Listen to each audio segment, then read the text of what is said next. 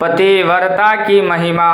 मेघनाथ की मृत्यु के बाद सुलोचना का क्या हुआ, आइए दोस्तों जानते हैं इस वीडियो के माध्यम से। नमस्कार मित्रों, आप सभी का फिर से एक बार हार्दिक स्वागत है हमारे YouTube चैनल अद्भुत ज्ञान कहानी में। जब सुलोचना मेघनाथ का कटा सर लेने श्री राम सेना दल में जा पहुंची, रावण के महापराक्रमी पुत्र इंद्रजित मेघनाथ का वध करने की प्रतिज्ञा लेकर लक्ष्मण जिस समय युद्ध भूमि में जाने के लिए प्रस्तुत हुए, तब राम उनसे कहते हैं, लक्ष्मण, रण में जाकर तुम अपनी वीरता और रण कौशल से रावण पुत्र मेघनाथ का वध कर दोगे, इसमें मुझे कोई संदेह नहीं। परंतु एक बात का विशेष ध्यान रखना कि मेघनाथ का मस्तक भूमि पर किसी भी प्रकार से न गिरे, क्योंकि मेघनाथ एक नारी व्रत का पालक है और उसकी पत्नी परम पवित्र पतिव्रता है।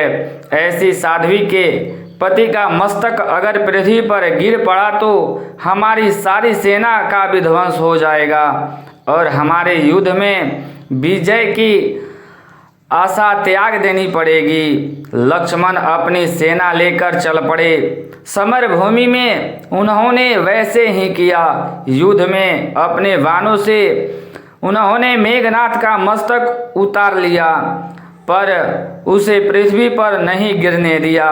हनुमान उस मस्तक को रघुनाथ के पास ले आए। मेघनाथ की दाहिने भुजा आकाश में उड़ती हुई पत्नी सुलोचना के पास जा गिरी।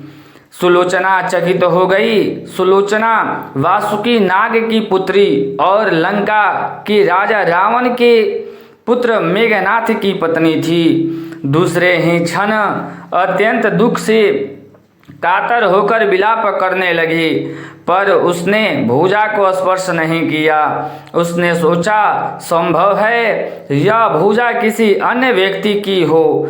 ऐसी दशा में पर इस पुरुष के स्पर्श का दोष मुझे लगेगा। निर्णय करने के लिए उसने भुजा से कहा, यदि तू मेरी स्वामी की भुजा है तो मेरे पतिव्रता की शक्ति से युद्ध का सारा वृत्तांत लिख दे। भुजा में दासी ने लेखनी पकड़ा दी। लेखनी ने लिख दिया, प्राण प्रिय, यह भुजा मेरी ही है। युद्ध भूमि में श्री राम के भाई लक्ष्मण ने मेरा युद्ध हुआ। लक्ष्मण ने कई वर्षों से पत्नी अन्न और निद्रा छोड़ रखी है। वे तेजस्वी तथा समस्त दैविक गुणों से संपन्न है। संग्राम में उसके साथ मेरी एक भी नहीं चली। अंत में उन्होंने वानों से मुझे वीर गति मिली। मेरी शीश श्री राम के पास है। पति की भुजा लिखित पंक्तियों से पढ़कर सुलोचना व्याकुल हो गई। पुत्र वधु के विलाप को सुनकर लंकापति रावण ने आकर कहा, सुख ना कर पुत्री, प्रातः होते ही सहस्त्रों मस्तक मेरे बाणों से कट कट कर पृथ्वी पर लुट जाएंगे। मैं रक्त की नदियां बहा दूंगा। करुण चिकार करती हुई सुलोचना बोली, पर इससे मेरा क्या लाभ होगा पिताजी? सहस्त्रों नहीं, करोड़ों शिष्य भी मेरे स्वामी इसके शिष्य के अभाव की पूर्ति नहीं कर सकेंगे। सुलोचना ने निश्चय किया कि मुझे अब सती हो जाना चाहिए, किंतु पति का शव तो राम दल में पड़ा हुआ था, फिर वह कैसे सती होगी?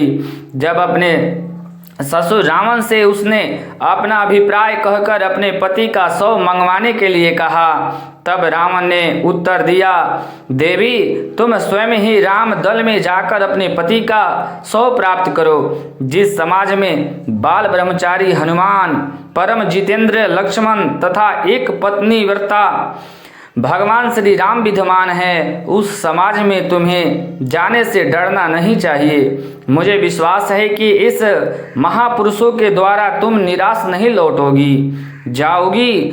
सुलोचना के आने का समाचार सुनते ही श्री राम खड़े हो गए और स्वयं चलकर सुलोचना के पास आए और बोले, देवी, तुम्हारे पतिव्रता के सर्वश्रेष्ठ योद्धा और पराक्रमी थे।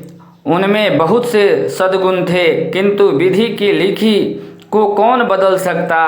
आज तुम्हें देखकर मेरा मन भी पीड़ा हो रही है। सुलोचना भगवान की स्तुति करने लगी। श्री राम ने उसे बीच में ही टोकते हुए कहा, देवी मुझे लज्जित न करे। पतिव्रता की महिमा अपार है, उसकी शक्ति की तुलना नहीं है। मैं जानता हूँ कि तुम परम सती हो, तुम्हारे सतीत्व से तो विश्व भी भयभीत होता है।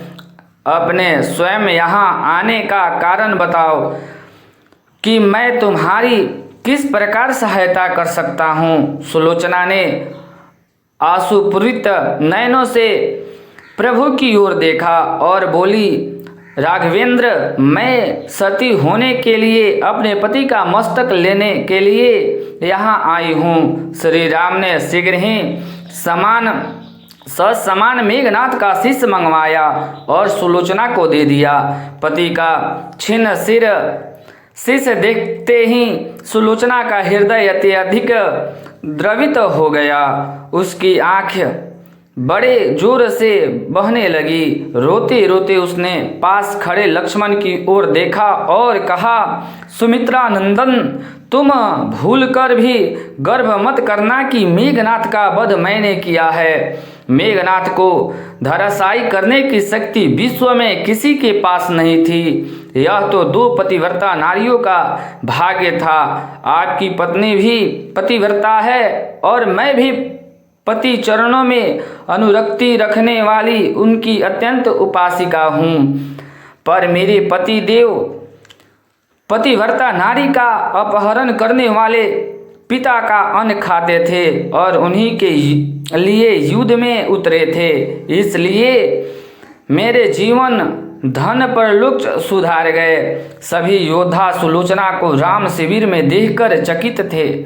वे यह नहीं समझ पा रहे थे कि सुलोचना को यह कैसे पता चला कि उसके पति का शीश भगवान राम के पास है। जिज्ञासा शांत करने के लिए सुग्रीव ने पूछ ही लिया कि यह बात उन्हें कैसे ज्ञात हुई कि मेघनाथ का शीश श्री राम के शिविर में है। सुलोचना ने स्पष्टता से बात बता दी।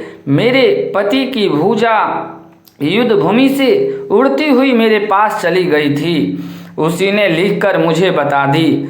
दुख भरे शब्दों में सुग्रीव बोल उठे, निष्प्राण भुजा यदि लिख सकती है तो यह कटा हुआ सिर भी हंस सकता है। श्री राम ने कहा, व्यर्थ बातें बंद करो मित्र, पतिव्रता के महात्म्य को तुम नहीं जानते। यदि वह चाहे तो यह कटा हुआ सर भी हंस सकता है। महान पतिव्रता स्त्री श्री राम की मुख्य कृति देखकर सुलोचना उसके भावों को समझ गई। उसने कहा, यदि मैं मन वचन और कर्म से पति को देवता मानती हूँ तो मेरे पति का यह निर्जीव मस्तक हंस उठे। सुलोचना की बात पूरी भी नहीं हुई थी कि कटा हुआ मस्तक जोर जोर से हंसने लगा। यह देखकर सभी दंग रह गए। सभी ने पतिव्रता सुलोचना को प्रणाम किया। सभी पतिव्रता की महिमा से परिचित हो गए थे। चलते समय सुलोचना ने श्री राम से प्रार्थना की, भगवान, आज मेरे पति की अत्यंतिष्ट क्रिया है और मैं उनकी सहचरी उनसे मिलने जा रही हूँ, अतः आप युद्ध बंद रखें। श्री राम ने सुलोचना की प्रार्थना स्वीकार कर ली। सुलोचना पति का सिर लेकर वापस लंका आ गई। लंका में समुद्र के तट पर एक चंदन की चिता तैयार की गई।